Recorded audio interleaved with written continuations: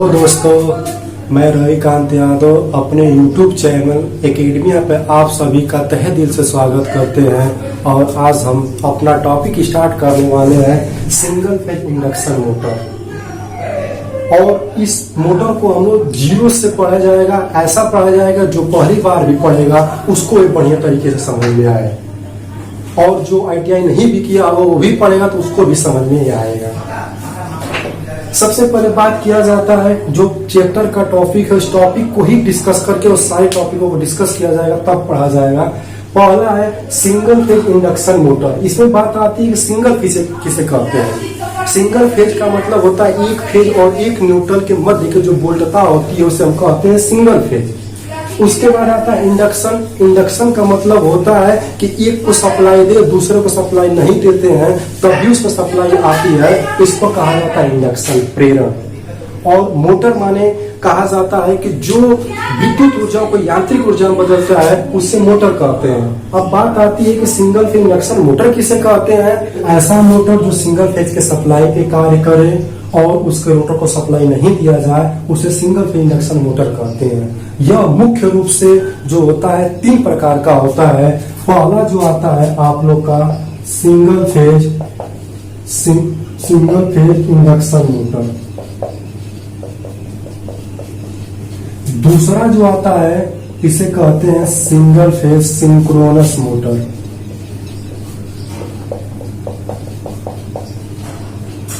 तीसरा जो आता है single phase commutator motor.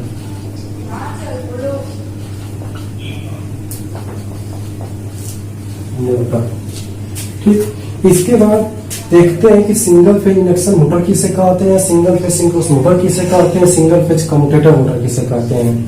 Single phase induction motor यानी ऐसा मोटर जो इंडक्शन सिद्धांत पे कार्य करे उसे सिंगल फेज इंडक्शन मोटर कहेंगे। सिंगल फेज सिंक्रोनस मोटर ऐसा मोटर जिसके स्टेटर और रोटर दोनों की सप्लाई, दोनों की गति समान होके और सिंगल फेज के सप्लाई होके उसे कहा जाता है सिंगल फेज सिंक्रोनस मोटर। तीसरा आता है सिंगल फेज कम्यूटेटर मोटर। ऐसा मोटर जिसमें कम्यूटेटर लगा हो और सिंगल फेज सप्लाई पे कार्य करे उसे सिंगल फेज कम्यूटेटर मोटर कहते हैं। और ये कुछ प्रकार इनके अंदर आते हैं जो परीक्षाओं में बार बार पूछता है। सबसे पहले आता है रेजिस्टेंस स्पीड इंडक्शन मोटर। इसी चीज को कहा जाता है रेजिस्टेंस स्टार्ट इंडक्शन मोटर। उसके बाद आता है कैपेसिटर स्टार्ट इंडक्शन मोटर। तीसरा आता है कैपेसिटर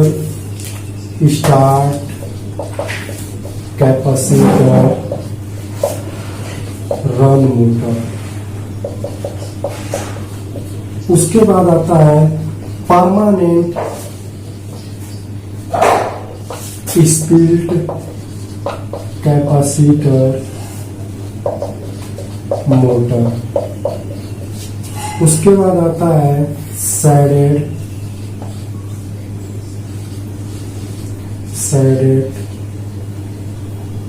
इंडक्शन मोटर, सैडेड पोल टाइप इंडक्शन मोटर। और उसके बाद आता है रिलक्टेंस स्टार्ट इंडक्शन मोटर। इसके बाद जो सिंगल फेज सिंक्रोनस मोटर आता है ये भी निम्न दो प्रकार के होते हैं। जो एक होता है रिलक्टेंस मोटर।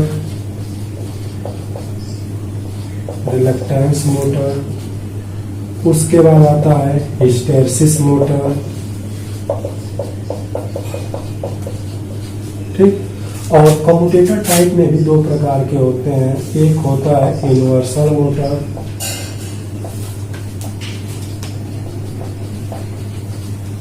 उसके बाद आता है रिपल्सन मोटर। इससे परीक्षाओं में क्वेश्चन क्या पूछता है कि पूछेगा निम्न में से कौन सा मोटर है जो सिंक्रोनस टाइप का है, और ऑप्शन कई दिए जाएंगे। तो इसमें अगर रिलक्टेंस मोटर दिख रहा है या हिस्टैरिसीस मोटर दिख रहा है तो ये आपके सिंक्रोनस मोटर होंगे।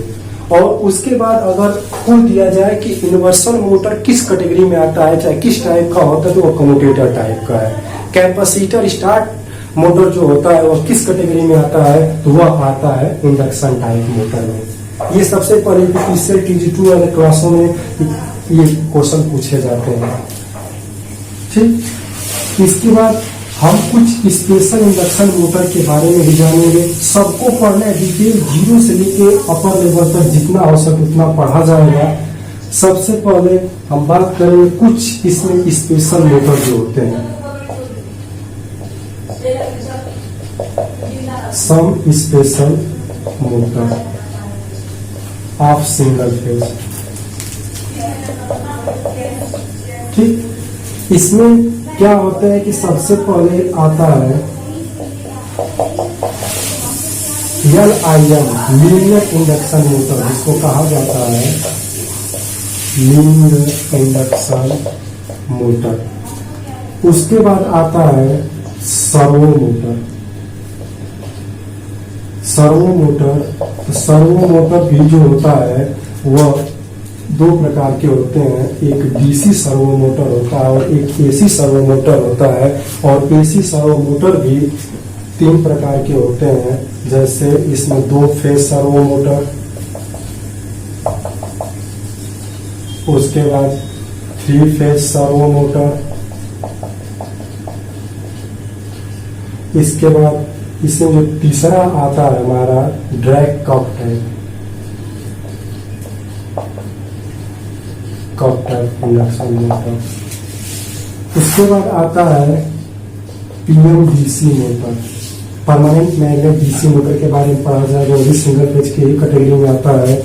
इसके बाद आता है आप लोग का स्टेपर मोटर। स्टेपर मोटर भी मुख्य 3 प्रकारों में बटा हुआ है। एक होता है वेरिएबल रिलक्टेंस स्टेपर मोटर, उसके बाद आता है परमानेंट मैग्नेट स्टेपर मोटर, उसके बाद आता है इसी में हाइब्रिड स्टेपर मोटर।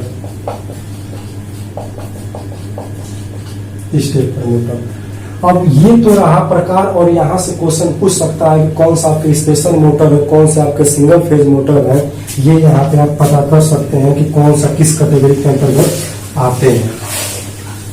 अब स्टार्ट करते हैं कि सिंगल फेज मोटर का कंस्ट्रक्शन और उसकी हमारा सिंगल फेज इंडक्शन मोटर किसका बना होता है, कैसे कार्य करता है। तो हम बात करेंगे स्टेटर की। जो सिंगल फेज का जो स्टेटर होता है 3 फेज के समान ही होता है, फर्क केवल इतना होता है कि इसमें केवल सिंगल फेज की बाइंडिंग की जाती है। और रोटर की बात किया जाए तो यह 3 फेज मोटर के समान होती है। अब हम इसकी वर्किंग की बात किया जाए, जब वर्किंग की बात करेंगे, जिन यहाँ पे हम सप्लाई देंगे सिंगल फेज की, तो सिंगल फेज की सप्लाई देने के बाद यहाँ पे एक फ्लक्स बनता है जो पल्सेटिंग फ्लक्स बनता है। लेकिन अगर 3 फेज की सप्लाई दे देंगे तो यह कैसा बनेगा, रोटेटिंग बनेगा। ठीक, और इस एयर गैप में फ्लक्स का मान होता है 1.5 गुना होता है अधिकतम फ्लक्स का। ये हमारा होता है रोटर। जो इसको सप्लाई देंगे तो फेरारिस थ्योरी और डबल डिवाइडिंग थ्योरी दोनों लोगों ने यह बताया था कि यह मशीन चलेगी नहीं, क्योंकि सिंगल फेज का फ्लक्स जो होता है वह 2 घटकों में बढ़ जाता है और एक दूसरे के 2 घटकों में बढ़ने के बाद वो दोनों दूसरे के बराबर और विपरीत वर्क करते हैं, जिससे इसका नेट टार्क जो होगा, परिणामी टार्क जो होगा वह क्या हो जाएगा, 0 हो जाएगा और यह कार्य नहीं करेगा, चलेगा नहीं। अब जब यह चलेगा नहीं तो इसको हम सेल्फ स्टार्ट बनाते हैं। सेल्फ स्टार्ट बनाने के लिए क्या किया जाता है कि इसी के समानांतर में एक और बाइंडिंग की जाती है और इसके और जो बाइंडिंग की जाती है उन दोनों के मध्य में 90 डिग्री का इलेक्ट्रिकल कोण रखा जाता है। ठीक, इसलिए इस बाइंडिंग को हम लोग कहते हैं मेन बाइंडिंग। मेन बाइंडिंग इसी को कहा जाता है रनिंग बाइंडिंग। उसके बाद जो दूसरा हमारा होता है इसका नाम रख दिया जाता है ऑक्सिलरी बाइंडिंग।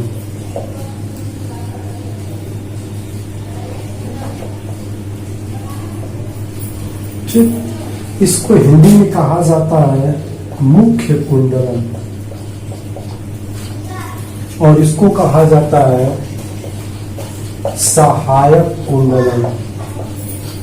ठीक, अब बात किया जाता है कि मुख्य कुंडलन जो होता है हमारा, इसमें क्या क्या प्रॉपर्टियां होती हैं। ये तो फिक्स है कि मेन बाइंडिंग जो होती है इसके समानांतर जुड़ा रहता है।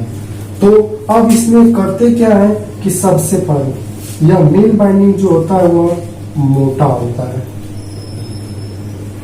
जब मोटा होगा तो इसको हम कहते हैं कि यह अधिक टन का भी होता है। सामान्य तौर पे जो मोटी बाइंडिंग है वो तो उसको कम टन बनाया जाता है, लेकिन इंडक्शन मोटरों में यह क्या किया जाता है कि यह मोटा भी होता है और अधिक टन का होता है, जिससे मोटा होने के कारण इसका आर का मान जो होता है वो लो होगा और यक्स का मान जो रिएक्टेंस इसका होगा, क्योंकि एसी सप्लाई देंगे तो रिएक्टेंस आएगा, रिएक्टेंस इसका क्या हो जाएगा, हाई हो जाएगा।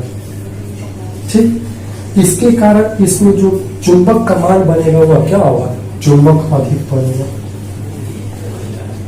और हम चाहते भी हैं कि मेन बाइंडिंग में चुंबक अधिक बने। ऑक्सिलरी बाइंडिंग जो होती है इसमें क्या होती है कि यह पतला होता है। जब पतला होता है तो इसको कम टन का भी बनाया जाता है। ठीक, इसके बाद बात करेंगे इसमें रेजिस्टेंस। जो वायर पतला होता है उसका रेजिस्टेंस क्या होता है, हाई होगा, उच्च होगा। और जो इसका रिएक्टेंस हम बात करेंगे तो रिएक्टेंस इसका क्या होगा, लो होगा। और रिएक्टेंस लो होने के कारण इसमें चुंबक का मान कम रहेगा और धारा भी कम है, इसलिए इसमें चुंबक कम बनेगा। ठीक, अब बात करते हैं कि आखिरकार ये कैसे मूवमेंट करता है, कैसे वर्क करता है। तो इस चीज को समझा जाएगा फेजर डायग्राम के थ्रू।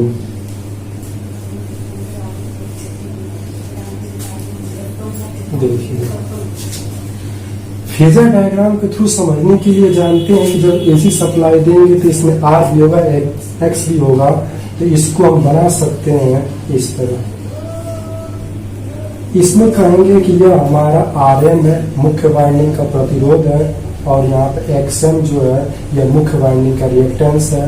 यहाँ पे हम लोग प्रतिरोध बनाएंगे, ऑक्सिलरी वाइंडिंग का रेजिस्टेंस है। और यहाँ हम बात करेंगे कि जो ऑक्सिलरी वाइंडिंग का रिएक्टेंस है। और यहाँ पे हम लोग क्या करते हैं, एक सेंट्रीफ्यूगल स्विच भी लगाते हैं, सेंट्रीफ्यूगल स्विच भी लगाते हैं। तो यहाँ भी एक हम क्या करेंगे, सेंट्रीफ्यूगल स्विच लगाएंगे। ठीक, अब इस सेंट्रीफ्यूगल स्विच का वर्क क्या होता है कि जब हमारी मशीन 75 से 80% गति प्राप्त कर लेती है तो ये सेंट्रीफ्यूगल स्विच ओपन हो जाता है, जिससे यह ऑक्सिलरी वाइंडिंग काम करना बंद कर देती है और केवल काम कौन करता है, मेन बाइंडिंग। जो हम लोग इसको हाथ से घुमा रहे थे, इसको हाथ से घुमाना नहीं पड़ेगा, ये सेल्फ स्टार्ट बन जाती है। यहीं से क्वेश्चन आता है कि हमारी सिंगल फेज की मोटर क्या होती है। तो सिंगल फेज की मोटर सेल्फ स्टार्टेड नहीं होती है, उसको सेल्फ स्टार्ट बनाया जाता है। लेकिन 3 फेज की मोटर जो वह सेल्फ स्टार्ट होती है और इसमें कोई कैपेसिटर नहीं लगा होता है।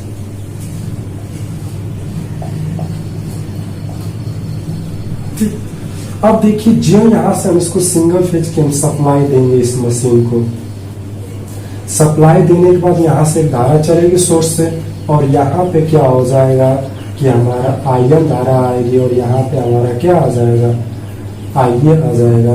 तो इसका फेजर डायग्राम खींचेंगे तो सबसे पहले बात करेंगे कि इन दोनों वाइंडिंग जो कॉमन होता है उसी को रिफरेंस बनाया जाता है। तो ये हमारा भी रिफरेंस हो गया। अब इसके बाद ये धारा और ये धारा, दोनों धाराओं को हमें इसको प्रेजेंट करना है। तो कहा जाता है कि pure resistive circuit, pure inductive circuit, pure capacitor circuit आते हैं। तो प्योर अगर रेजिस्टिव सर्किट धारा और वोल्टेज इन फेज में होते हैं, लेकिन प्योर अगर इंडक्टिव सर्किट रहेगा धारा लैग करती है 90 डिग्री। ये बाइंडिंग प्योर इंडक्टिव नहीं आरएल है, लेकिन इसमें यक्स मान ज्यादा होने के कारण यह क्या करेगी, 90 से थोड़ा कम लैग करेगी। ये हमारा आईएम हो गया। और इसमें चुंबक का मान कम है, तो ये क्या होगी कि थोड़ा सा कम लैग करेगी, ज्यादा लैग नहीं करेगी। ठीक, इनके बीच का जो एंगल होता है इसे अल्फा कहते हैं। और जितने अभी आप टाइप पढ़े हैं, कम्यूटेटर टाइप के, सिंक्रोनस टाइप के, इंडक्शन टाइप में, सब में जो टाइप होते हैं उसका पूछेगा कि कौन सा मोटर में अल्फा का मान क्या होता है, कब 90 होता है, कब 90 से कम होता है, 90 से अधिक किस में होता है, ये सारी बातें पूछता है।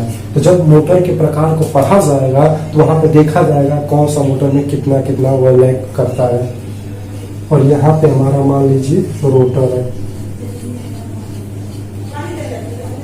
ठीक। अब क्या होगा कि अब दो चुंबक हैं, अब ये इसमें कम इसमें ज्यादा है, तो ये ज्यादा वाला जो है इसको अपनी तरफ खींचेगा इस चुंबक को, जिसके कारण क्या होगा कि यह रोटर इधर से इधर मूवमेंट करेगा। और इसमें जो टार्क लगता है आई ए साइन अल्फा, अन्य मोटरों में इस अल्फा का मान अलग अलग रहता है, ठीक। ये रहा इस सिंगल फेज इंडक्शन मोटर की वर्किंग। अब हमें पढ़ना है कि सिंगल फेज मोटर के जो प्रकार आपके मुख्य तीन थे, तीनों प्रकारों के जो हैं उन तीनों प्रकारों के बारे में सबको एक एक को पढ़ना है और सब में जानना है कि अल्फा का मान क्या होता है, उसमें कुछ खासियत और क्या होती है और उसका उपयोग कहाँ करते हैं, यही बातें जानना है। इतना जान जाएंगे तो आपका सिंगल फेज मोटर क्लियर हो जाएगा, इससे कोई भी क्वेश्चन आपका छूटेगा नहीं। अब हम स्टार्ट करने जा रहे हैं इसके टाइप में। जो पहला इसका टाइप था, टाइप नंबर 1 की हम बात कर रहे हैं। टाइप नंबर 1 जो था सिंगल फेज इंडक्शन मोटर। और इसमें भी हमारा पहला जो मोटर था, पहला मोटर पढ़ेंगे हम लोग resistance speed induction motor. Induction motor को शॉर्टकट में आईएम भी कहते हैं या इसी चीज का और नाम कह सकते हैं रेजिस्टेंस स्टार्ट इंडक्शन मोटर। क्योंकि ये एक्चुअल में यहाँ पे जो रेजिस्टेंस स्टार्ट इंडक्शन मोटर कह रहे हैं, ये काम इसलिए कर रहे हैं क्योंकि अभी डीएमआरसी एग्जाम हुआ था तो उसमें ज्यादातर उसके नाम से ही क्वेश्चन आ गए थे, जिससे आपको नहीं पता है आप क्वेश्चन नहीं सॉल्व कर पाएंगे सारी जानकारी रहते हुए भी। सबसे पहले इसका बनाएंगे कंस्ट्रक्शन। तो ये मान लीजिए आप लोग का मेन वाइंडिंग है,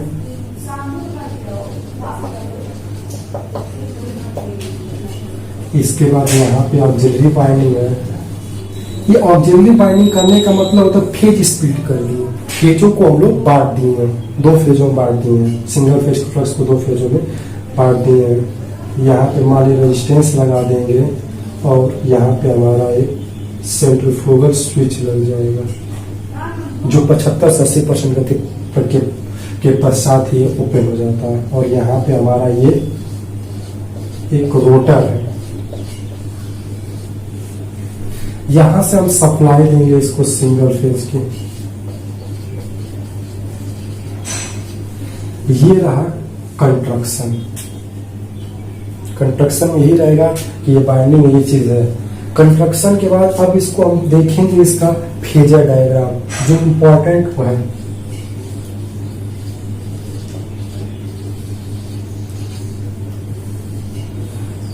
किसी भी मशीन का अगर फेजर डायग्राम खींचना होता है तो उस परिपथ में देखते हैं क्या चीज कॉमन होता है, उसी को क्या करते हैं रेफरेंस मानते हैं। तो अभी खींचे भी थे इसका, तो इन दोनों में कॉमन हमारा वोल्टेज है तो वोल्टेज को रेफरेंस माना जाएगा। यहाँ पे भी वोल्टेज है और वोल्टेज को रेफरेंस मानने के बाद देखा जाएगा कि इसमें धारा का मान ज्यादा है तो ये ज्यादा लैग करेगा। उसके बाद इसमें धारा कम थी तो ये कम लैग करेगा। और इन दोनों के बीच इस एयर गैप में इन दोनों, तो ये कहा जाता है कि ये इस फेज एंगल परिणामी फेज एंगल का मान जो होता है वह 30 डिग्री लगभग आता है। लेकिन रेजिस्टेंस स्पीड मोटर में जो अल्फा का मान आता है ऑक्सिलरी बाइंडिंग और मेन बाइंडिंग के बीच का जो एंगल होता है उसे 68 से 70 डिग्री माना जाता है। और यहाँ पर रोटर होता है, हमेशा कोई भी आपका होगा सब मोटर आईएस से आईएम की ओर घूमेंगे जो आप लोग के इंडक्शन टाइप में आएंगे। अब आते हैं कि इस बाइंडिंग में अंतर क्या है। तो ये जितना इसका क्रॉस सेक्शन होता है, इसके क्रॉस सेक्शन का 25% ही इसका क्रॉस सेक्शन रखा जाता है। अब उसके बाद इसका हम यूज का बात करेंगे, एप्लीकेशन इसका कहाँ पे होता है। तो कहा जाता है कि इसका जो एप्लीकेशन होता है सेंट्रीफ्यूगल स्विच में, रोलिंग मिल में, रेफ्रिजरेटर में इत्यादि जगहों जो छोटी मशीनें होती हैं वहां पे यूज किया जाता है रेजिस्टेंस स्प्लिट इंडक्शन मोटर। अगर इतने डाटा आपके पास है तो सिंगल फेज के मोटरों में कोई दिक्कत नहीं आएगी, सारे क्वेश्चन आप बढ़िया तरीके से कर पाएंगे। अब एक अगला जो मोटर आपका स्टार्ट करने वाले हैं, capacitor start induction motor. Capacitor start induction motor. तो कैपेसिटर स्टार्ट इंडक्शन मोटर में कुछ करना नहीं होगा, बस रेजिस्टेंस को हटाकर यहाँ पे हमें कैपेसिटर लगा देंगे और सेंट्रीफ्यूगल स्विच उसी तरह लगा देंगे। इसमें वही है, जब यहाँ से सप्लाई देंगे तो अब ये सप्लाई देने के बाद यहाँ पे थोड़ी सी धाराओं में थोड़ा सा इसका फेजर डायग्राम बदलेगा, वर्किंग थोड़ी से बदल जाएगी और इसका यूज जो होगा वो भी बदल जाएगा। सबसे पहले हम बात करते हैं फेजर डायग्राम की। फेजर डायग्राम, इन दोनों में कारण क्या है, वोल्टेज को रेफरेंस मानेंगे। अब उसके बाद जब इसको स्टार्ट करेंगे तो सबसे पहले मेन वाइंडिंग है तो वो लैगिंग है तो ज्यादा लैग करेगा, लेकिन यहाँ पे कैपेसिटर भी लगा हुआ है और कॉइल भी लगी हुई है। तो इसको कहा जाता है कि स्टार्टिंग के लिए तो 60 ड्यूटी साइकिल के लिए होता है, कम समय के लिए होता है, इसलिए इसको कहा जाता है कि आकार में छोटे होंगे लेकिन इसका मान जो होगा वो होता है 250 से 300 माइक्रोफैराड, जो केवल स्टार्टिंग के लिए लगाया जाता है। तो सरकार पूछता है कि आखिरकार जो स्टार्टिंग कैपेसिटर होते हैं उसमें हम लोग के जो कैपेसिटर का मान होता है क्या होता है, 60 साइकिल ड्यूटी के लिए जो कैपेसिटर लगे होते हैं वो 250 से 300 माइक्रोफैराड के होते हैं और आकार में यह क्या होते हैं, छोटे होते हैं। ठीक, अब ये बाइंडिंग लगने के कारण ये तो कैपेसिटर ये दोनों लगे हुए हैं, इसलिए इसका जो पावर फैक्टर होता है उसकी अपेक्षा इसका सुधर जाता है, उसका पावर फैक्टर खराब होता है रेजिस्टेंस स्पीड का, इसका पावर फैक्टर सुधर जाता है। जो एंगल होता है यहाँ पे एंगल थोड़ा सा लीडिंग में आ जाता है और अल्फा का मान जो होता है वह कहा जाता है कि 80 से 85 चला जाता है, 90 नहीं होता है, 80 से 85 चला जाता है और रोटर हमारा यहीं पे लगा होता है। ठीक, अब इसका एप्लीकेशन भी मैक्सिमम मोटरों का जो होता है एप्लीकेशन सारे जगह होते हैं। इसको भी कहेंगे कि रेफ्रिजरेटर में होता है, सीलिंग फैन में होता है, ड्रिल मशीन में होते हैं, मतलब ये सारे जो होते हैं वहां पे इसका प्रयोग किया जाता है। सॉरी ड्रिलिंग मशीन में होता है। ठीक, यूज में ये हमारे आ गए। और इसके बाद जो सारे मोटर बने जो क्लास चलेगी वो नेक्स्ट क्लासेस में चले।